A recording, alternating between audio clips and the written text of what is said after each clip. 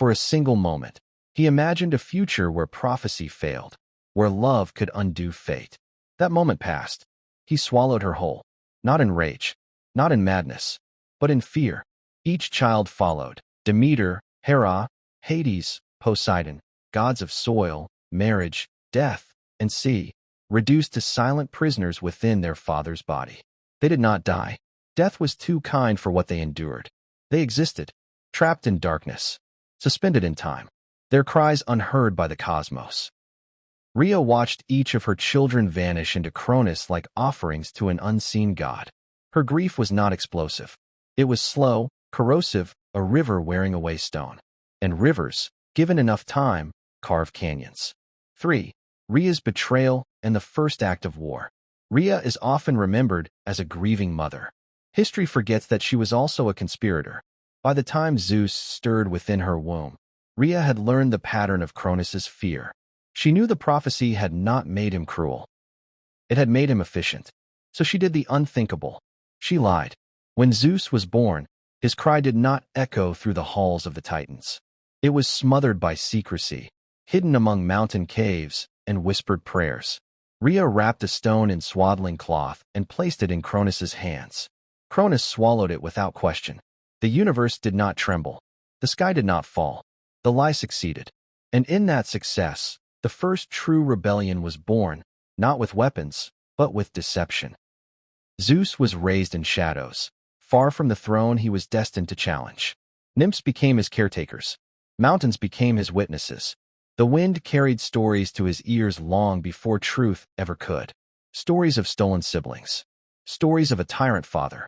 Stories of destiny. A child raised on stories grows into a god, shaped by belief. Part 1. The birth of a lie ***. The bloody war between Zeus and the Titans. Who was the true invader? Before thunder had a name. Before Zeus was crowned king of the gods, the universe did not shine. It endured. The age of the Titans was not an age of light, nor was it an age of hope. It was an age of weight, of mountains pressing down upon the sky, of oceans held in rigid obedience, of time itself moving like a tired old beast dragging its chains across eternity. There was no Olympus yet, no polished marble halls echoing with laughter and betrayal. There was only the raw architecture of existence: stone, sea, fire, and the vast, indifferent sky. The Titans ruled not because they were loved, but because they were inevitable. Cronus, Lord of Time, sat upon the throne of the cosmos like a king carved from shadow and memory. His reign was not gentle, nor was it chaotic. It was unchanging, and in that unchanging nature lay its cruel stability. The sun rose. The seas obeyed. The stars remained where they were placed. No god dreamed of rebellion because rebellion itself had not yet learned how to breathe. And yet, even in that ancient stillness, fear had already been born. 2. The prophecy that poisoned a father. The prophecy did not arrive like thunder. It came like a whisper, a murmur in the dark corners of Cronus's mind, curling around his thoughts like a serpent that never slept. Your son will overthrow you. It did not say when. It did not say how. It did not say why, only that it would happen. Cronus, who ruled time itself, suddenly found himself enslaved by the future. From that moment forward, every birth was an execution waiting to happen.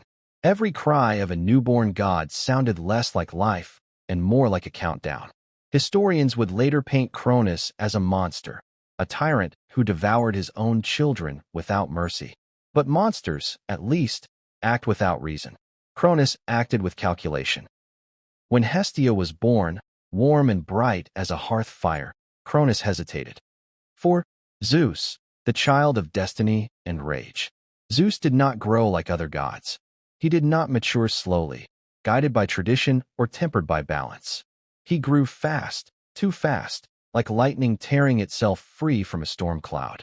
Every lesson he learned was framed by one question: what will you do when you face your father? He learned that Cronus was evil before he learned what evil meant. He learned that overthrowing a king was justice before he learned what justice cost. The cave that sheltered him became a womb of wrath. Each passing year sharpened him, not into a ruler, but into a weapon. When Zeus finally learned the truth, that his siblings were alive, imprisoned within Cronus, it did not inspire mercy. It inspired purpose. Purpose is a dangerous thing when given to the young. The liberation that became a declaration of war. Zeus did not march against Cronus at first. He poisoned him.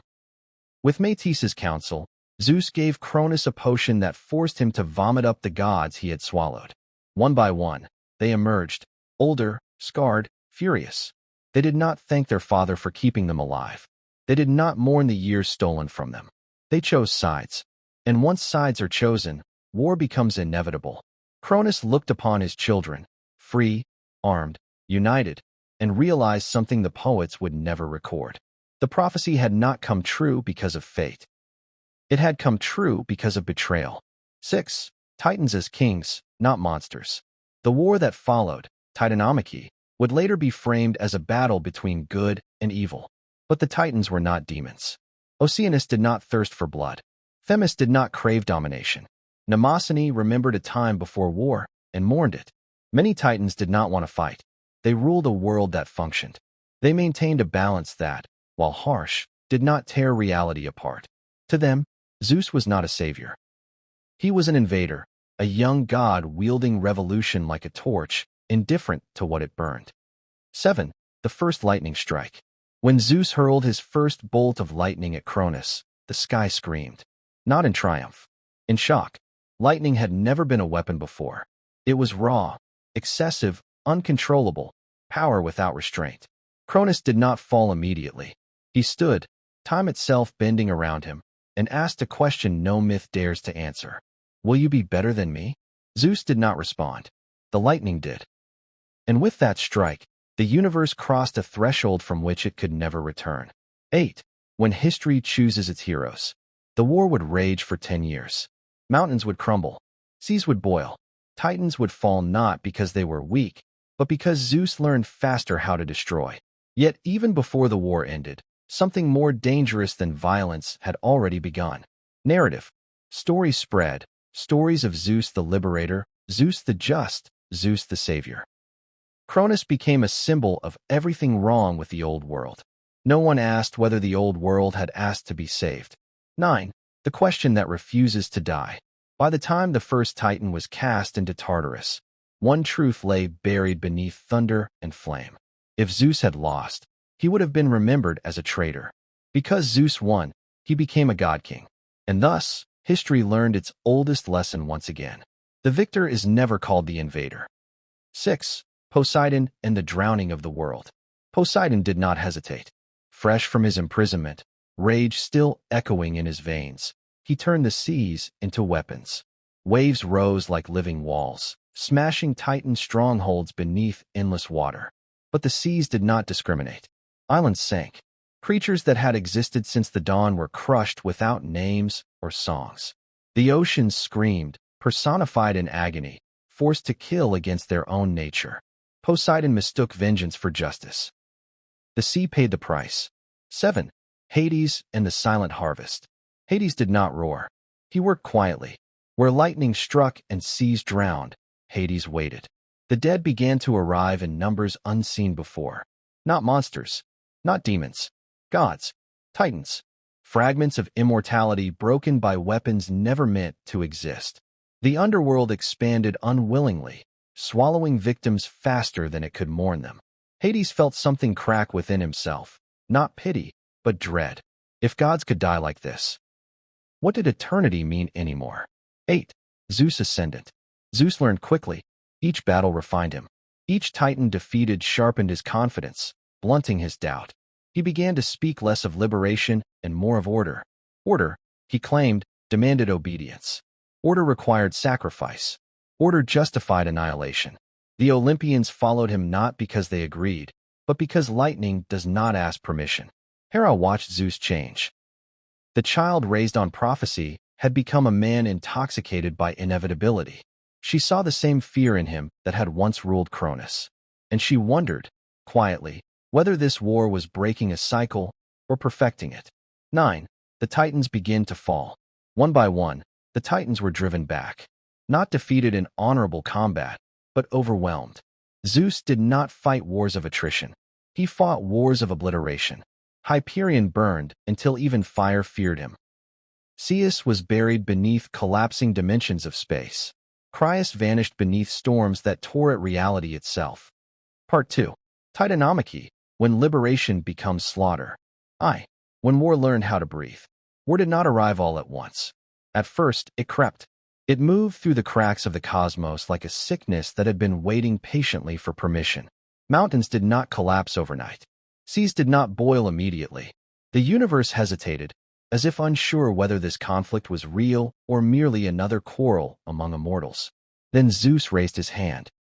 Lightning split the sky, not as a warning, but as an announcement. From that moment forward, war learned how to breathe. The Titans felt it first, not as fear, but as disbelief. They had ruled an unchanging world for eons. Conflict existed, yes, but not annihilation. Not this hunger to erase rather than defeat. Cronus stood at the center of it all, watching the sky betray him. This was not how kings were overthrown in the old world. There were rules once. Boundaries. Limits shaped by time itself. Zeus recognized none of them. 2. The first casualties were not gods. Before the first Titan fell, the land did. Mountains cracked open like skulls under invisible pressure. Valleys filled with molten fire, screaming as they were reshaped against their will. Rivers boiled, their waters rising as steam that clawed at the sky like desperate hands. Nature was not collateral damage. Nature was the battlefield. Each thunderbolt Zeus hurled rewrote geography. Where forests once stood, glassed plains remained. Where oceans once obeyed tides, walls of water rose and collapsed without rhythm or mercy. The Titans felt something unfamiliar stirring in their ancient chests. Guilt. They had shaped the world to endure, not to suffer. They had ruled harshly, yes, but their rule had been heavy, not chaotic. Zeus's war was chaos wearing the mask of justice. Each defeat rewrote the story. The Olympians called it progress. The universe called it trauma. The moment of no return. The moment came not with Cronus's fall, but before it. Zeus ordered the assault on Titans who had remained neutral. Oceanus's waters were scorched. Themis was struck down while pleading for ceasefire. Mnemosyne was silenced so memory itself could not contradict victory. In that moment, the war ceased to be liberation. It became conquest. And Zeus did not stop. 11. Cronus's last stand. Cronus faced Zeus alone. Time slowed until each heartbeat echoed like thunder. Father and son regarded one another across a battlefield carved from broken ages. Cronus spoke, not in anger, but in sorrow. You have become what you hate. Zeus answered with lightning. The strike shattered time itself. Cronus fell, not screaming, not begging, but watching. Watching his son win. Watching the universe choose its new tyrant. 12. Tartarus opens its gates. The Titans were not executed. They were imprisoned. Tartarus yawned open, a wound beneath existence, and swallowed them whole. Chains forged from inevitability bound them, not to punish, but to erase them from relevance. Their cries echoed upward. The sky did not answer. 13. The cost no one counted. When the war ended, Olympus stood victorious. But the world did not recover. Mountains remained scarred. Seas remembered violence. The air itself trembled, forever altered by thunder that had learned to kill. Zeus stood atop the ruins and called it peace. No one dared disagree. 14. The lie takes shape. Bards sang. They sang of Zeus the savior. Zeus the just. Zeus the hero. They did not sing of neutral titans buried without cause. They did not sing of oceans forced to drown themselves. They did not sing of laws broken in the name of order. Because truth does not survive victory. Only narrative does. 3. Cronus, king of a dying age. Cronus did not flee. He could have. Time bent around him. Escape was possible. Survival was achievable. But Cronus had ruled too long to run. He stood upon broken stone, watching his son command the sky as if it were a whip. The prophecy echoed again, not as a whisper, but as a roar. Your son will overthrow you. Cronus finally understood the cruelty of prophecy. It never promised that the son would be better. He lifted his scythe. Not with rage, but with resignation. Every swing slowed the flow of time itself, turning Zeus's lightning sluggish, almost hesitant. For a brief moment, the old order pushed back. And in that moment, the Titans believed. 4. Titans who did not want to fight. Oceanus never raised a weapon. The endless river that encircled the world watched the war with horror. His waters trembled each time lightning struck the sea, boiling his body from the inside. He begged both sides to stop. No one listened. Themis, Titaness of divine law, wept openly. Her laws, once eternal, meant nothing in a war where power decided truth. She saw justice twisted into propaganda, righteousness sharpened into a blade. Mnemosyne remembered every age before this one, and memory became her curse. She remembered when gods feared balance more than dominance, when power restrained itself out of respect for consequence. Zeus did not fear consequence. The birth of weapons that should not exist. The Cyclopes forged Zeus's thunderbolts deep within the earth. Each bolt was not merely lightning. It was compressed annihilation, designed not to wound, but to erase. The first Titan struck by it did not bleed. He ceased. His body disintegrated into ash and sound, his name torn from the fabric of memory. Even Mnemosyne struggled to remember his face. The Olympians called it efficiency. The Titans called it heresy. War had crossed a line. Immortality itself had become conditional. 6. The silencing of neutrality. Those Titans who had not fought, those who had pleaded for balance, were not spared. Oceanus was bound, his endless waters restrained and redirected, turned into borders rather than lifelines. Themis was stripped of authority. Justice could not exist independently of the throne. Mnemosyne was diminished, her memory curated, her recollections filtered through Olympus's approval. Memory, Zeus realized, was dangerous. It contradicted narrative, so he tamed it. 7. The birth of official history. Stories began to circulate. Not lies, never outright lies. Selective truths. Zeus the liberator. Zeus the bringer of order. Zeus who freed his siblings and saved the cosmos. Cronus became a caricature. The devourer, the mad king, the monster father. The Titans became obstacles rather than rulers, relics rather than beings. No one spoke of neutral casualties. No one sang of oceans boiled or laws shattered. The war was condensed into a moral parable simple enough to survive repetition. History became clean. Too clean. 8. The gods who began to doubt. Not all Olympians slept easily. Hades watched the underworld swell, its population permanently altered by a war that was supposed to end suffering. He saw patterns emerge, cycles repeating, violence justifying itself through new names. Athena, goddess of wisdom, questioned strategy without daring to question motive. She saw how easily rationality bent beneath authority. Even Poseidon, lord of the seas, sensed the resentment in his own domain. The waters remembered what Olympus preferred to forget, but none spoke openly, because lightning does not need consensus. 9. Zeus and the fear of return. Zeus began to dream. Dreams of chains breaking, dreams of Tartarus cracking, dreams of a son, yet unborn, asking the wrong question. Fear crept into his rule, subtle but persistent. He increased patrols, strengthened boundaries, demanded loyalty not just in action, but in thought. The irony deepened. The god who had overthrown a tyrant out of fear of prophecy now governed through fear of repetition. Power, once seized, refused to rest. Olympus as a regime. Olympus became more than a home of gods. It became a regime. Symbols mattered. Rituals multiplied. Authority was displayed, not merely exercised. Zeus's image spread, statues, hymns, invocations, until his presence felt unavoidable. Worship followed. And with worship came expectation. The line between god and ruler blurred, then vanished. 11. The Titans in memory and myth. Generations passed. Mortals inherited the stories Olympus allowed them to hear. To them, the Titans were ancient horrors, necessary evils vanquished by heroic gods. No one asked why monsters had once ruled so long. No one asked whether monsters mourned. The past hardened into myth, and myth into justification. This was Zeus's greatest victory. Not the war, but the forgetting. 12. The question history buried. Yet some questions refused to die. They lingered in cracks between stories, in inconsistencies no song could fully smooth over. If Cronus was pure evil, why had the world endured under him? If Zeus was pure good, Why did peace feel so fragile? If liberation required extermination, what did that say about the liberator? These questions found no official answers. They survived only as whispers. 13. Cronus's final insight. In Tartarus, Cronus smiled, not because he had hope, but because he understood. The cycle was complete. A son had overthrown a father. A revolution had become a regime. A liberator had become a law. Time, after all, always wins. And time is patient. 14. The meaning of invasion.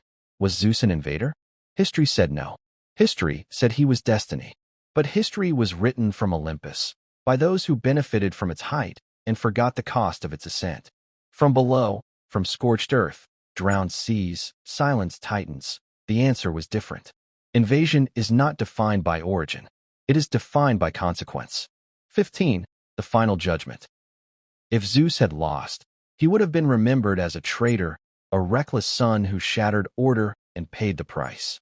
Because he won, he became a god-king. That is the difference victory makes. Not to truth, but to memory. And so the final judgment remains unresolved, suspended between thunder and silence. Was Zeus the savior of the cosmos? Or merely the most successful invader myth has ever known? 3. The New Order. Zeus proclaimed a new age. An age of law. An age of hierarchy. An age of Olympus. Each god was given a domain, a function, a place. The structure was elegant, efficient, and absolute. Chaos was framed as the enemy, obedience as virtue. The irony was exquisite. The old world had been condemned for its rigidity, its unwillingness to change. The new world codified rigidity into divine mandate. Difference lay not in structure, but in ownership.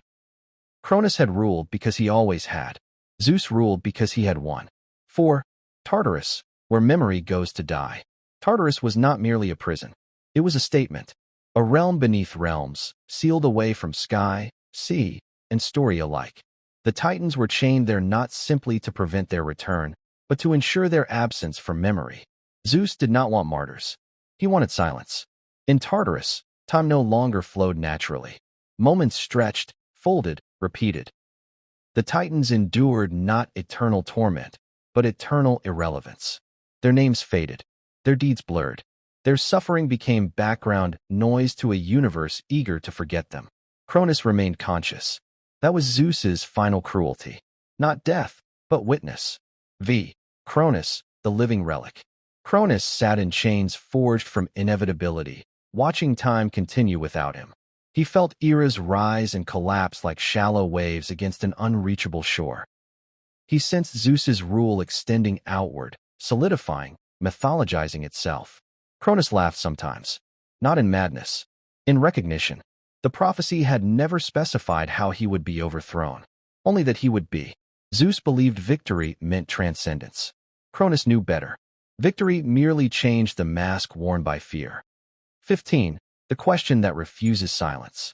As the Olympians celebrated, one question lingered. Unspoken, unwanted, but immortal. If liberation required extermination, if justice demanded silence, then what, truly, had changed? Part 3. The victor writes history. After the thunder faded, peace did not arrive with silence. When the last Titan was cast into Tartarus and the sky finally ceased screaming, the universe did not sigh in relief. It held its breath. Mountains remained cracked like old scars that refused to heal.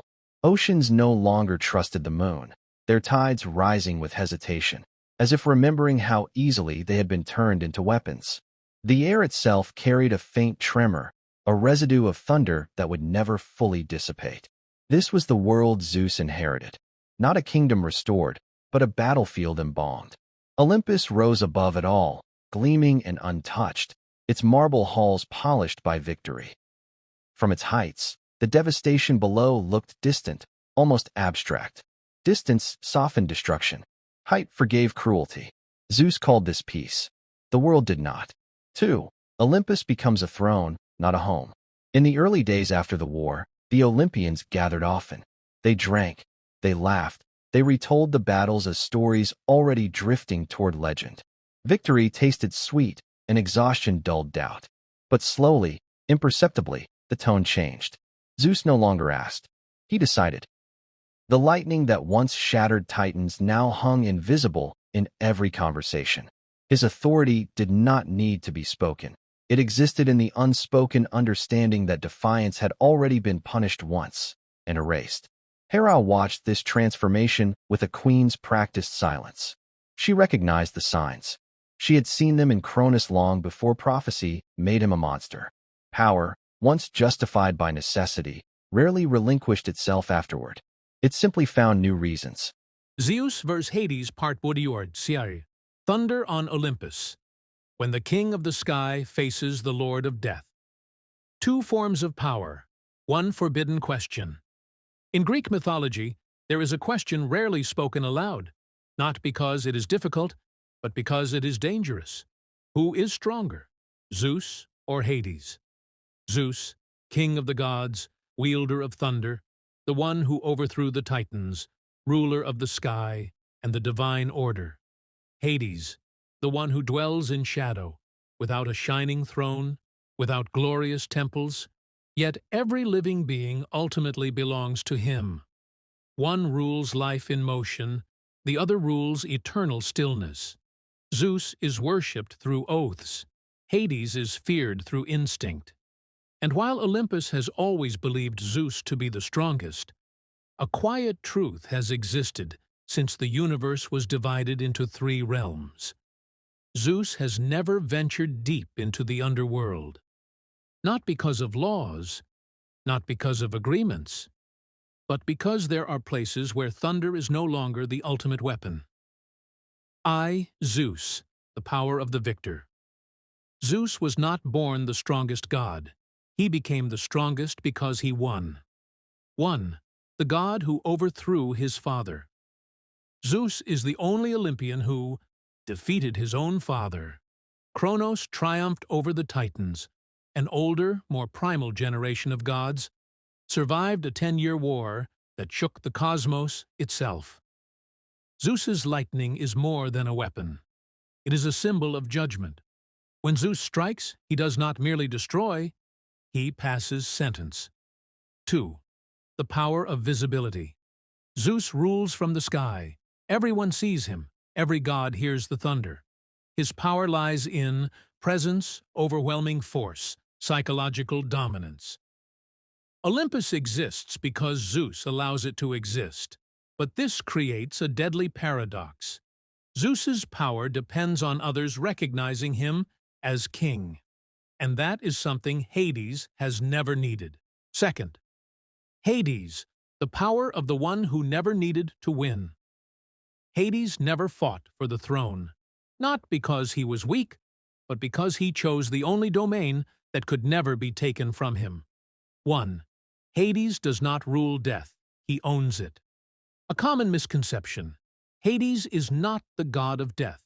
He is the owner of death. Thanatos carries souls away, but Hades decides where those souls remain, or whether they are imprisoned forever. No being, not even Zeus, can escape that fate. 2. Power that requires no display. Hades does not need worshippers, temples. Prayers, he has time. Every battle Zeus wins, every empire that collapses, every god that fades into obscurity, only makes Hades's realm larger. Zeus rules while the world lives. Hades rules when everything ends. 3. The first moment of Zeus's doubt. Olympus had never questioned Zeus's power, until the day souls refused to move on. Spirits wandered. Death was delayed. The balance of the universe fractured. And Zeus realized something terrifying. Something was happening in Hades's domain that he could not control. Hera warned him. Athena analyzed it. Apollo remained silent. But Zeus, with the instinct of a ruler, did the only thing he knew. He decided to cross the boundary of the underworld himself. 4. When thunder meets shadow. For the first time in history, the sky did not answer Zeus. Lightning weakened as he descended. Light was swallowed whole. Thunder fell silent. There was no battlefield, no armies, only the stillness of death. And at its center, Hades was waiting. No anger, no challenge, just a single sentence, colder than fear itself. Do you bring thunder into a realm where nothing living remains to fear it, Zeus? V. The confrontation. Never recorded. Zeus hurled lightning. The ground split apart. But the underworld was unharmed. Hades did not strike back. He merely gestured. And Zeus saw heroes. He once blessed kings who swore loyalty to Olympus mortals, who died for ideals Zeus himself had granted all of them, standing behind Hades's throne. Every choice you make, Hades said, ends here. For the first time, Zeus understood. His power creates death. Hades's power possesses it. Ending of Part 1. The Fear. Zeus never admits Zeus withdrew, not defeated, but not victorious. Olympus still stood. Yet from that moment on, Zeus never again looked upon the underworld as a lesser realm. And the ancient Greeks acknowledged this truth without ever saying it aloud. They swore by Zeus's name, but they never spoke Hades's name lightly. Part 2. The Underworld Awakens. When death stops waiting. Opening. The war that does not begin with thunder. Wars usually begin with fire, with lightning, with screams. This one did not. It began with silence. After Zeus returned from the underworld, Olympus pretended nothing had happened. The gods resumed their feasts. Mortals continued their prayers. But something fundamental had shifted. Zeus no longer threw lightning casually. The sky hesitated before answering him. And for the first time since the Titan War, Olympus was afraid of something it could not see. Because the most dangerous truth was no longer hidden, Hades had not fought back. And that meant he was choosing the timing. When death stops, obeying it started subtly, not with gods, not with kings, but with ordinary deaths. Men fell in battle and did not arrive in the underworld. Victims of plagues lingered between breath and silence. Souls hovered at the edge of existence, unable to cross. Thanatos himself became restless. He still harvested souls, but the gates did not open. For the first time since the dawn of time, the underworld was not receiving what was promised. And Olympus realized the unthinkable. Hades was withholding death. Chart the panic of the gods. Athena was the first to understand the implication. Death was not merely an ending. It was a mechanism. Without death, war lost its meaning, sacrifice lost its weight, immortality became meaningless. Ares raged. "Let me march into the underworld," he demanded. "Let steel answer shadow." Athena stopped him with a single sentence. "You cannot kill what governs death." Apollo fell silent when his prophecies stopped resolving. The future no longer moved forward. It looped. Even Hera began to fear something she had never feared before. A king who no longer controlled consequences. Third, Zeus's first mistake. Zeus did what kings always do when power slips. He asserted it. He summoned the Moirai, the fates themselves. Clotho, Lachesis, Atropos. Why has death slowed? Zeus demanded. Why does the world hesitate to end? The fates did not bow. They did not answer directly. Atropos, she who cuts the thread, said only this: "Because the one who keeps the ledger has closed the book." Zeus understood immediately. This was not rebellion. This was accounting. Hades was reminding Olympus of something it had chosen to forget. Every god's power has a cost, and every cost is paid in death. 4. The underworld moves. Then it happened. The rivers of the underworld surged. Styx overflowed its banks. Lethe leaked forgetfulness into the dreams of gods. Souls pressed against the borders of reality. But still, Hades did not march. He did not invade. He expanded. The dead did not rise to attack Olympus. They whispered. They whispered to oracles, to madmen, to kings on their thrones at night. They whispered a single truth. The gods are not eternal. They are merely late. The realm Zeus cannot strike. Zeus gathered the gods. Enough, he declared. If Hades withholds death, I will take his realm from him. Lightning split the heavens as Olympus descended toward the chasm. And once again, Zeus made the same mistake. He believed power travels everywhere. The underworld did not resist. It absorbed. Lightning struck and vanished. Thunder roared and died, because the underworld was not a place. It was a state of being. You cannot conquer death. You can only arrive in it. And that was when Hades finally spoke to Zeus again. Not in anger, not in challenge, but in correction. You rule because they fear losing what they have, Hades said. I rule because everything they have eventually becomes mine. 6. The most dangerous realization. Zeus raised his thunderbolt, and for the first time he hesitated. Because he understood what striking Hades would mean. If Hades fell, who would receive the dead? If death lost its master, what would existence become? Endless suffering, endless decay, immortality as a curse. Hades was not Olympus's enemy. He was its foundation. And foundations do not threaten towers.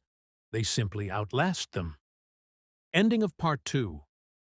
The balance breaks. Zeus withdrew again. This time, not in defiance, but in calculation. Olympus still stood. The underworld still waited. But something irreversible had happened.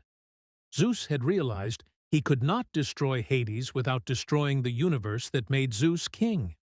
And Hades had proven something even more terrifying. He did not need to win. He only needed to stop cooperating. Part 3. Judgment of the Immortals. When even gods are measured by death. Opening. The question no god dares to ask immortality was never meant to be tested. The gods were created to rule, not to end. And yet, after the underworld awakened, a forbidden question spread across Olympus. Silently, instinctively. What happens if a god dies? Not can a god die, but what would follow if it happened? Zeus heard the question in the pauses between thunder. Hades heard it in the patience of the dead, and both understood. This was no longer about power. It was about authority over the end of all things. Zeus's final assertion. Zeus stood before Olympus and did what kings always do at the edge of decline. He declared order. No god stands above me, Zeus proclaimed. I defeated the Titans. I hold the sky. I shape fate through law. And for once, no one cheered, because victory over the past did not answer the future. Athena stepped forward.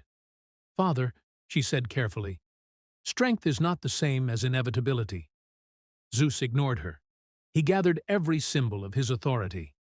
The thunderbolt, the aegis, the oaths sworn in his name since the dawn of mankind, and he descended once more, not to threaten, but to judge Hades. Sehun, the trial without a court. There was no battlefield. There was no army. Only a vast, empty plain within the underworld, older than Olympus itself. Hades stood alone, not armed, not armored, waiting. You claim dominion, Zeus said.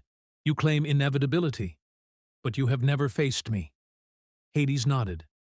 Because inevitability does not challenge force, he replied. It waits for it to exhaust itself. Zeus struck, this time with everything.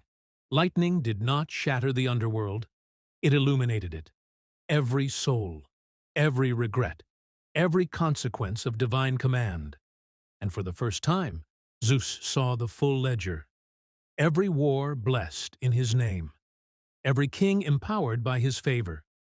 Every life shortened by his thunder. The underworld was not rebellion. It was record-keeping. 3. The verdict Zeus cannot escape. Enough, Zeus demanded. What is it you want? Hades did not answer immediately, because desire was not his nature. I want nothing, Hades said at last.